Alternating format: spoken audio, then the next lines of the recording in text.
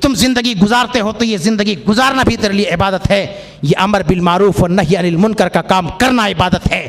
آج کے اس پروگرام میں قرآن اور حدیث کی باتیں سننا یہ بھی عبادت ہے.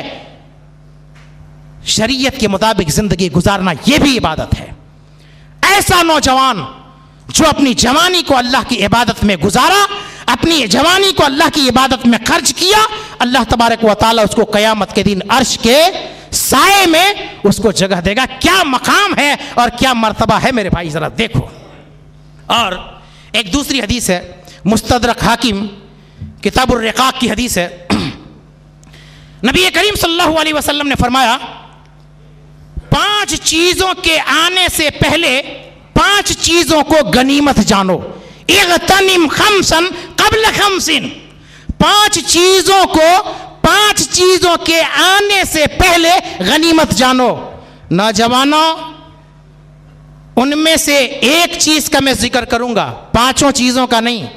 ان میں سے ایک چیز یہ ہے کہ جوانی کو بڑھاپے کے آنے سے پہلے غنیمت جانو. یہ جوانی آپ کی ہمیشہ رہنے والی نہیں. بچے تھے, جوان ہوئے, جوان سے آپ بوڑھے ہوں گے. کتنے لوگ جوانی کے دہلیز پر قدم رکھ کر کے اب جو ہے بڑھاپا میں پہنچ چکے ہیں.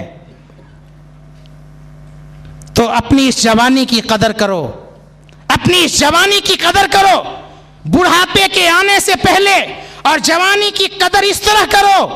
ایک اور حدیث آپ کے بارے میں سنن ترمذی ابواب القیامہ کی حدیث ہے. نبی کریم صلی اللہ علیہ وسلم نے فرمایا قیامت کے دن اللہ تبارک و تعالی لوگوں سے 5 قسم کے سوالات جب تک کر نہیں لیں گے تب تک اللہ تبارک و تعالی کے حکم سے کوئی بھی بندہ اپنے قدم کو ٹس سے مس ہلا نہیں سکتا ہے. اس میں سے ایک سوال یہ ہوگا, نوجوان اپنی جوانی کو تو نے کہاں خرچ کیا؟ وَعَنْ شَبَابِهِ فِيمَا أَبْلَاهُ. اپنی جوانی کو تم نے کہاں گنوایا, اپنی جوانی کو تو نے کہاں خرچ کیا؟ اگر اصلاح معاشرہ میں, اگر عبادت میں, اگر نماز میں, اگر روزے میں, اگر قرآن کی تلاوت میں, اگر ذکر و اذکار میں, اگر اللہ اور رسول کی اطاعت و فرما برداری میں تو اچھی بات ہے. اور اپنی جوانی کو اگر دیوانی میں گزاری تو کل قیامت کے دن کفے افسوس ملنا ہوگا, کفے افسوس ملنا. اس جوانی کو ہمیں اللہ کی عبادت میں خرچ کرنی ہے. اور جوانی کو کیسے استعمال کرنی ہے, ذرا سلف صالحین کو ایک مرتبہ دیکھ لو نظر مار کر کے, صحابہ کرام کی زندگی کو دیکھ لو نظر مار کر کے. نبی کریم صلی اللہ علیہ وسلم کی معیت میں رہنے والے, ساتھ میں رہنے والے بے شمار نوجوان صحابہ کرام رضوان اللہ علیہ اجمعین, ایک نظر مار کر کے دیکھ لو اپنی جوانی کو کس طرح خرچ کیا انہوں نے. آج کی اس ترقی یافتہ دور میں, سائنس اور ٹیکنالوجی کے دور میں, نوجوانوں کی جو جوانی جو اکثر خرچ ہو رہی ہے وہ کس چیز میں خرچ ہو رہی ہے معلوم ہے؟ فیس بک میں, انٹرنیٹ میں. آج اسمارٹ فون کا استعمال کرنا, سائنس اور ٹیکنالوجی کے حساب سے واٹس ایپ چلانا, فیس بک چلانا, یہ باعث فخر سمجھا جاتا ہے. اور آج کا معاشرہ, ایک باپ اپنے چھوٹے سے بچے کو بھی اسمارٹ فون دینا بھی وہ فخر محسوس کرتا ہے. کیا کریں, بچہ بس کھیلنا چاہ رہا تھا, میں نے 30,000 روپے کا اسمارٹ فون لا کر کے اس کو دے دیا. لیکن یہ اسمارٹ فون اگر ذہن تخریبی ہو جاوے, ذہن اگر بگاڑ کا ہو جائے تو اس سے بڑی بری چیز نہیں ہے. لیکن یہ اسمارٹ فون اگر صحیح استعمال کیا جائے, میں کہتا ہوں نوجوانوں, اس سے بھی دعوت و تبلیغ کا کام کر سکتے ہو, اس سے بھی اصلاح معاشرہ کا کام کر سکتے ہو. میں جانتا ہوں کتنے نوجوان ایسے ہیں جو قرآن کی آیت کو, اس کے صحیح ترجمے کو واٹس ایپ پر اور فیس بک میں لکھ کر کے دوسروں تک اس پیغام کو پہنچاتے ہیں, سچائی کا پیغام پہنچاتے ہیں, ایمان کا پیغام پہنچاتے ہیں, اسلام کا پیغام پہنچاتے ہیں. حدیث نوٹ کر کے, حدیث کوٹ کر کے, حدیث کا ترجمہ کوٹ کر کے دوسروں تک واٹس ایپ کے ذریعہ, فیس بک کے ذریعہ دوسروں تک پہنچایا کرتے. اچھی بات, یہ بھی دعوت و تبلیغ کا ایک کام ہے. لیکن اگر ہمارا ذہن بن جائے تخریب کا تو بگڑنے میں بہت معمولی سی بات ہے. سارا یوٹیوب اب آپ کے سامنے ہوتا ہے, سارا گوگل آپ کے پاس ہوتا ہے, بس ٹچ کرنے کی دیری ہوتی ہے وہ برائی آپ کے سامنے، لیکن ذہن آپ کا اگر صاف ہے، اخلاص و للہیت ہے، ایمان ہے، تو میں کہتا ہوں نوجوانوں، آج کے اس دور میں اگر آپ کی کوئی حفاظت کر سکتا ہے تو میں دعوے کے ساتھ کہہ سکتا ہوں آپ کے پاس اگر ایمان ہے، آپ کے پاس اگر علم ہے، تو ایمان اور علم آپ کی حفاظت کر سکتی ہے، نہیں تو نہیں کر سکتی۔ میں ایک واقعہ بتاؤں، جھنجھوڑ دینے والا واقعہ، اس فیس بک کا استعمال کیجئے اچھے سے، لیکن اس فیس بک نے اور انٹرنیٹ نے ایک انسان کو برائی کے کس ٹھکانے تک پہنچا دیا۔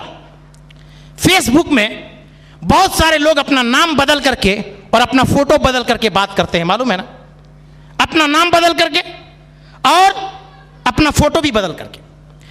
ایک لڑکے اور ایک لڑکی نے اپنا نام اور فوٹو بدل کر کے واٹس ایپ پر بات کرنا شروع کیا، فیس بک میں بات کرنا شروع کیا، فرینڈشپ ہو گئی، دوستی ہو گئی۔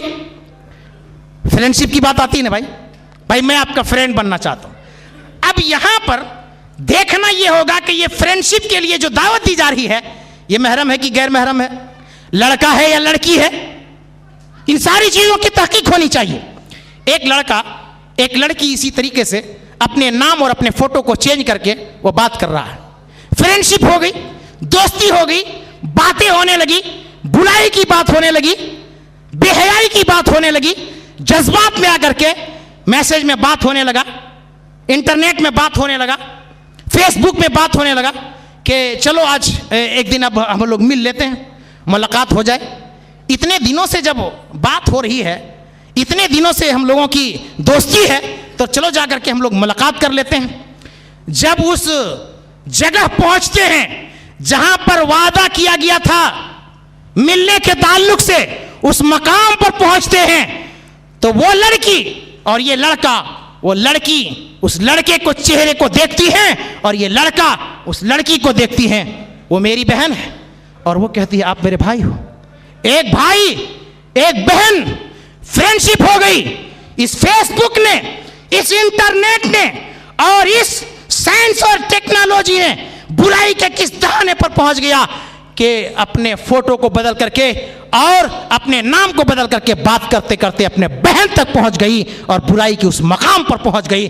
کیا یہ واقعہ شرمناک واقعہ نہیں ہے؟ کیا یہ گھناؤنا واقعہ نہیں ہے؟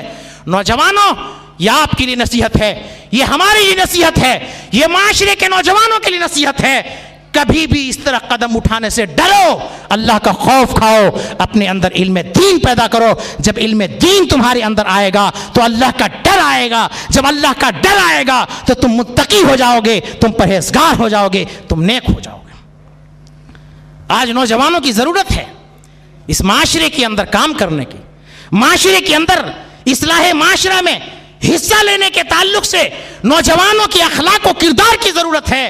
میں نوجوانوں کو یہ پیغام سنانا چاہتا ہوں کہ نوجوانوں، آپ کا اتنا بڑا مقام ہے، اتنا بڑا مرتبہ ہے، آپ کی جوانی کی قدر اللہ نے کی ہے، شریعت کے اندر آپ کی جوانی کا تذکرہ ہے۔ اپنی جوانی کی قدر کرو، اور جب اپنی جوانی کی قدر کرو گے تو انشاءاللہ اللہ تبارک و تعالی قیامت کے دن اپنے عرش کے سائے کے نیچے جگہ دے گا۔ اب آخری بات ہوگی میری انشاءاللہ، وہ یہ آج کے جو نوجوان ہیں، آج کی جو نوجوان، ان لوگوں کی زندگی کیسے گزر رہی ہے، چاہے لڑکیوں کی ہو یا لڑکوں کی زندگی ہو۔ ہم مسلمان ہیں، لیکن ہم اور آپ غور کر کے دیکھیں کہ کیا ہمارا عمل مسلمان والا عمل ہے؟ لڑکیاں دیکھیں، ماں بہنیں دیکھیں، ہم جو عمل کر رہے ہیں، ہمارے جو اخلاق ہیں، ہمارے جو کردار ہیں، یہ مسلمان والا اخلاق و کردار ہے؟ نماز پڑھتے ہیں، آتے ہیں اور 5 وقت نماز میں ہم پڑھتے ہیں اہدنا الصراط المستقیم، اہدنا الصراط المستقیم، اے اللہ مجھ کو سیدھا راستہ دکھا۔ کیا ہے سیدھا راستہ؟ مسجد میں آ کر کے کہہ رہے ہیں اے اللہ مجھے سیدھا راہ دکھا، اور مسجد سے باہر نکلے یہودیوں کا طریقہ پسند، عیسائیوں کا طریقہ پسند، دشمنوں کا طریقہ پسند، فلمی ایکٹروں کا طریقہ پسند، نادانوں کا طریقہ پسند، اسلام کے دشمنوں کا طریقہ پسند۔ اسلام کا طریقہ نہیں، اسلام کا طریقہ ہم کو پسند نہیں۔ بھائی صاحب، کہاں گئے تھے؟ نماز پڑھنے گیا تھا، ابھی تو نکل رہا ہوں نماز پڑھنے کے لیے۔ دعا کر کے کیا نکلے ہیں؟ اہدنا الصراط المستقیم، اے اللہ مجھے سیدھا راستہ۔ اچھا میں نے سنا تھا کہ آپ کا لڑکا ہے تو ایک میں رشتہ لے کر کے آیا تھا۔ اچھا کہاں سے آئے ہیں؟ فلانے جگہ سے۔ رشتہ تو کون سی برادری کا ہے؟ تو وہ تو انصاری برادری کا ہے، وہ تو خان برادری کا ہے۔ اچھا تمہاری ہمت کیسے ہوئی؟ میں ایک سید برادری کا آدمی، میں ایک بڑے برادری کا آدمی، میں ایک بڑے گھرانے کا آدمی، اور تیری اتنی جرأت و ہمت کسی انصاری برادری کی لڑکی کا پیغام لے کر کے تو میرے گھر چلا ہے، دعا مانگ رہے اہدنا الصراط المستقیم۔ یہ افسوس کی بات ہے کہ نہیں؟ شکل و صورت، لباس، کچھ ایسے نوجوان دعوت و تبلیغ کا کام کر رہے ہیں، دعوت و تبلیغ کا کام کر رہے ہیں، لیکن شکل و صورت سے لگتا ہی نہیں کہ مسلمان ہے، چہرہ سے پہچانا ہی نہیں جاتا ہے۔ نبی کی سنت سے دشمنی، نبی کے طریقے سے دشمنی، نبی کے طریقے سے عداوت، پھر کس طرح ہم اصلاح معاشرہ کا کام کریں گے؟ اصلاح معاشرہ کا کام کرنے کے لیے ہمیں کتاب و سنت پر عمل کرنا ہوگا، اپنے گھروں میں نافذ کرنا ہوگا، تب جا کر کے ہم آگے اصلاح معاشرہ کو اور آگے بڑھا سکتے ہیں۔ شادی، آج کی شادی کیسی ہوتی ہے نوجوانوں کی؟ کارڈ چھپواتے ہیں۔ اچھا آپ کو دعوت ملی ہے نا؟ اچھا نہیں ملی ہے تو